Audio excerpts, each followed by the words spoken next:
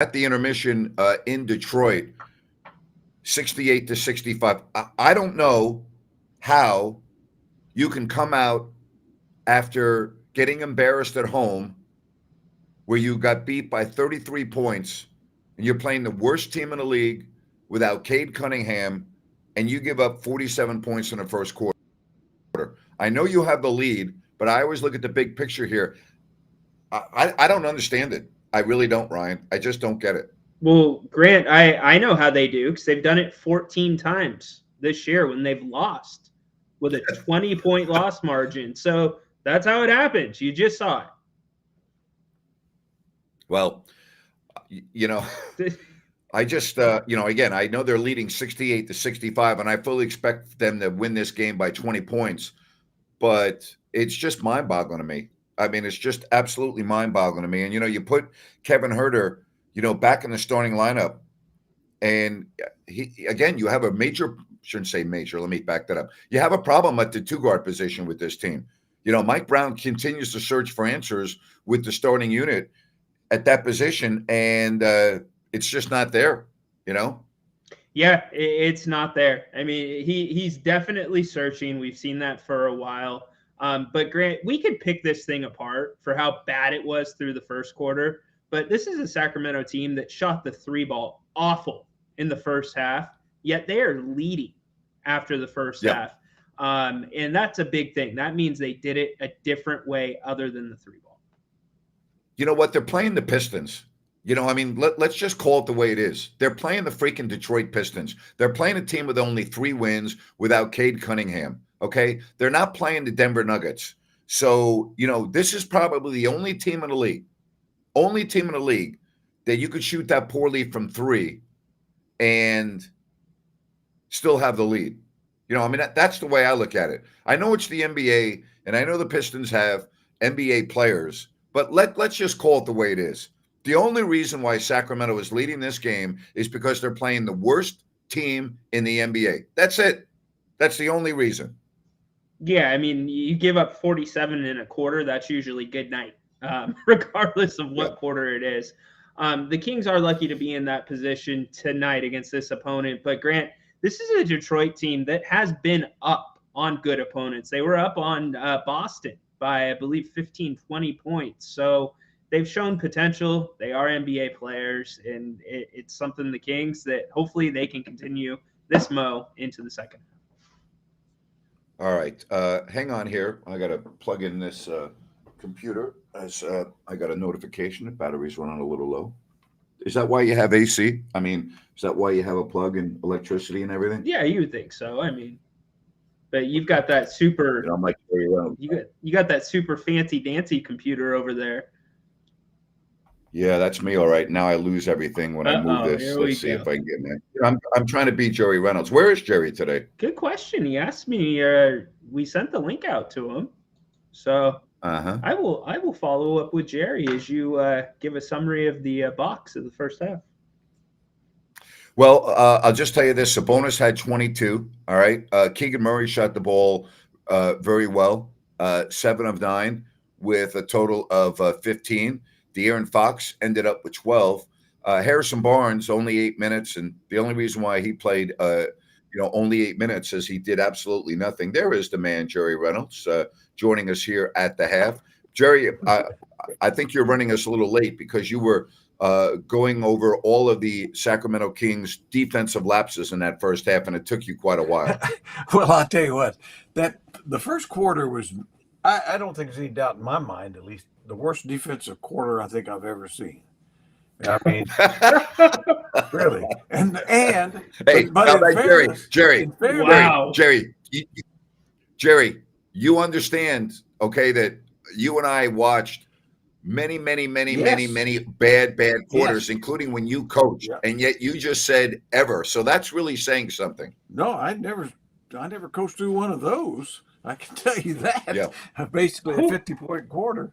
No, I thought it was just absolutely terrible, as bad as I've ever seen. And the second quarter, but to be fair, was one of the best. I mean, they were active, they were aggressive. I mean, and so, they got a lead. They're the worst team in the league, justifiably, without their best player. but it's also but it's also true that the Kings really had a terrific quarter, and we'll see what happens. And Domas has been marvelous. I mean, Yes, he has. I mean, if it wasn't for Domas, they'd have been dead probably to where they couldn't even come back. But then, it's great to see Keegan join the party, and Kevin Herter, I thought really did some good things. And so anyway, hey, being ahead's better than being behind. That's what I know. I guess, I guess I still think the Kings are going to blow the Pistons out in the second half, but you're taking on a team with only 3 wins without their best player, and they scored 65 points in the first half, including 47 in the first quarter. I mean, again, I guess there are going to be ugly wins along the way, and I still think the Kings will blow out the Pistons, and maybe we'll characterize this as an ugly start, but not an ugly win. All I know is that I'm baffled by what I saw, as you were, Jerry, in the first half. I guess I'm looking at the bigger picture here. You just got embarrassed at home, allowing 133 points without the Pelicans' arguably best player or one of their best players in Zion Williamson. And I just expected more at the start of this trip, I guess is what I'm saying. I expected a completely different team in the first quarter than I saw, and I'm just trying to figure out why that is. Like, how does that happen? It's mind-boggling to me. Well, I can't disagree with any of that.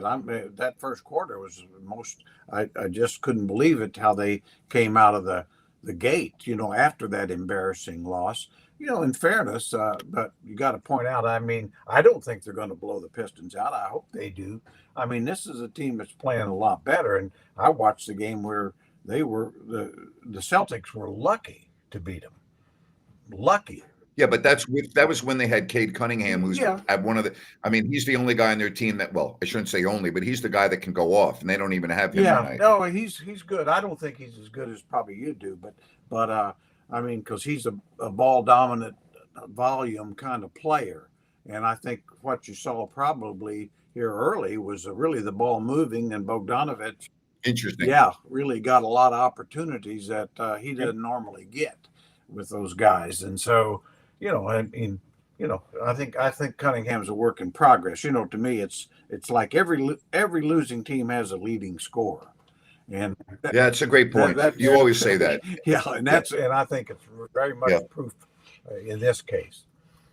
Yeah, it's a good point. Rhino, 60% for the Kings at the line again in that first half. It's about par for the course for them. It's got to be better, at least in terms of attempts. It's better. So.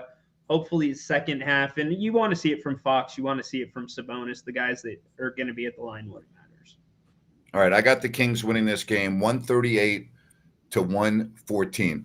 All right, I do think they're going to blow them out in the second half because I think the Pistons are horrible. We saw the real Pistons in the second quarter. What do you think the score is going to be? Ryan? Well, I would probably go 135, 126. Okay. By the way, go ahead, Ryan. I'm going to say Sacramento 131, Detroit 123. All right. I did a rant on this yesterday, and I learned this, and I really mean this. Jerry kept on talking about this. Once you get 30 games or so, and you get past the 30-game mark, you look at the point differential, and it tells the story. The Kings are the only team, okay, of the top 9 in the West with a negative point differential. No other team in the top 9 is in the red except for the Kings. Here's the other thing I talked about.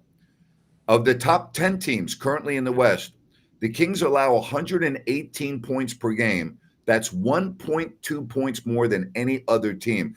Those numbers do not lie, Jerry. They don't lie. I mean, it tells you something. No, they don't.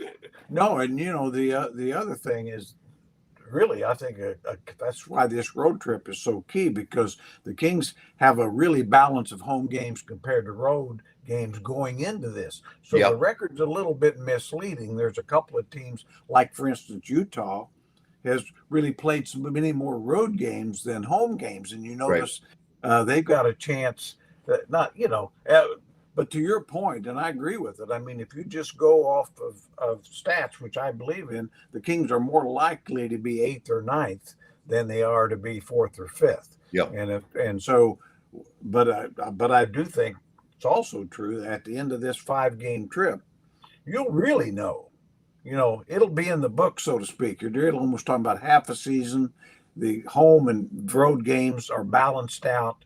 And so it's, as Grant Napier used to say, it's in the books, baby.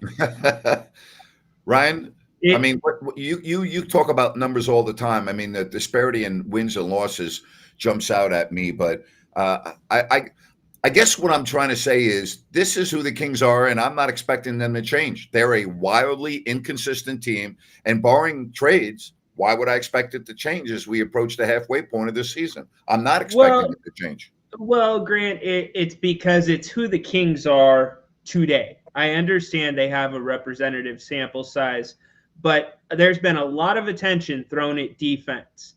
Take that attention, throw it at the offense, because you might get a couple of points better defensively, throwing all your attention there. Offensively, you're going to beat teams by more than 118. We saw it last year. Focus on offense, throw the defense to the side. Let's go. It's a shootout. Yeah, there's one other thing, and I think you got a good point there, Ryan. I mean, I think if I'm Mike Brown, I'm saying I've got to find something that brings us a little more consistent play both ends of the floor.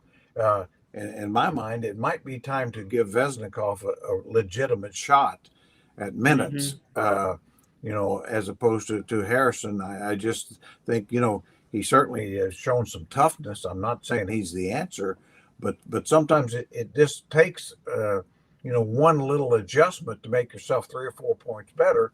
And, and that could make a difference of being a 6th or 7th seed as opposed to a play-ins. Yeah. Because I think with the way the West is now, it's going to be tough. It's going to be tough for the Kings to maintain their position, I think. And Vezenkov didn't play in that first half, as Mike Brown used 10 players and again, Vezenkov didn't play.